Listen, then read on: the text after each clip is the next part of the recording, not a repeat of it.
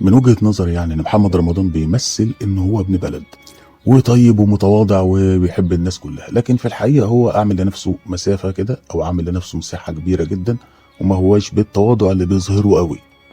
على الناحية التانية ياسمين صبري متصنعة التسامح والكمال والهدوء والرزانة، تقعد تبربش في عينيها دايما عشان تحس انها كيوت وطيبة وكده، لكنها غير كده خالص، انها مش بالطيبة ولا بالسذاجة اللي هي بتصدرهم للناس دي. فانا رأيي ان الاتنين متصنعين، هو متصنع دور ابن البلد وهي متصنعة الممثلة الكيوت المتسامحة. اللي حصل باختصار في الفيديو ده ان هو جت سلمت عليه وقالت له مبروك، فحست ان هو ايه ساكت شويه كده ورد يعني ناشف شويه، فقالت له مالك يا ابني؟ فقال لها يا ابني يا ابني انت مجنونه، فانسحبت بالمنظر اللي احنا كلنا شفناه ده. المنتج يعني السعدي اللي كان بينهم مسك ايده وتحس ان هو كان يعني حاسس ان الموضوع هيتطور لاكتر من الكلام يعني. فالناس اللي شايف ان هي تصرفت تصرف عفوي وانها تمتاز بالعفويه الشديده، فانا احب اقول لك ان ده الكلام ده مش باين انه حقيقي. ان لو في عفويه حقيقيه كانت وقفت وردت عليه بشكل عفوي بقى، لكن انسحابها ده يقول ان هي ست دماغ جدا، مش عفويه ولا ساذجه ولا حاجه، انسحبت في نص ثانيه. الطريقه اللي خد بيها محمد رمضان الكلام تقول ان هو مش شخص ابن بلد ومتواضع ومحبوب زي ما كل ممثلين كتير قوي بيقعدوا يقولوا عليه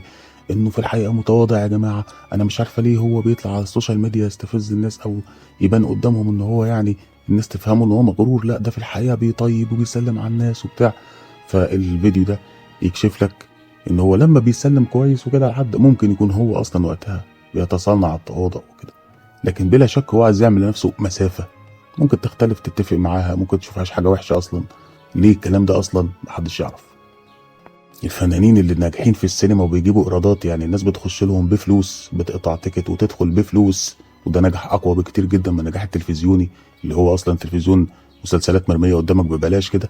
ما بيعملوش نفس الكلام، يعني لا احمد عز ولا كريم عبد العزيز اللي بيجيبوا ملايين في السينما، واكيد ناجحين اكتر من النجاح التلفزيوني. يعني النجاح التلفزيوني ده ببلاش، لكن السينما التيكت وصل ل 150 ولا 200 جنيه اساسا يعني، فاللي بيدخل الناس ب 200 جنيه ده يعتبر ناجح اكتر.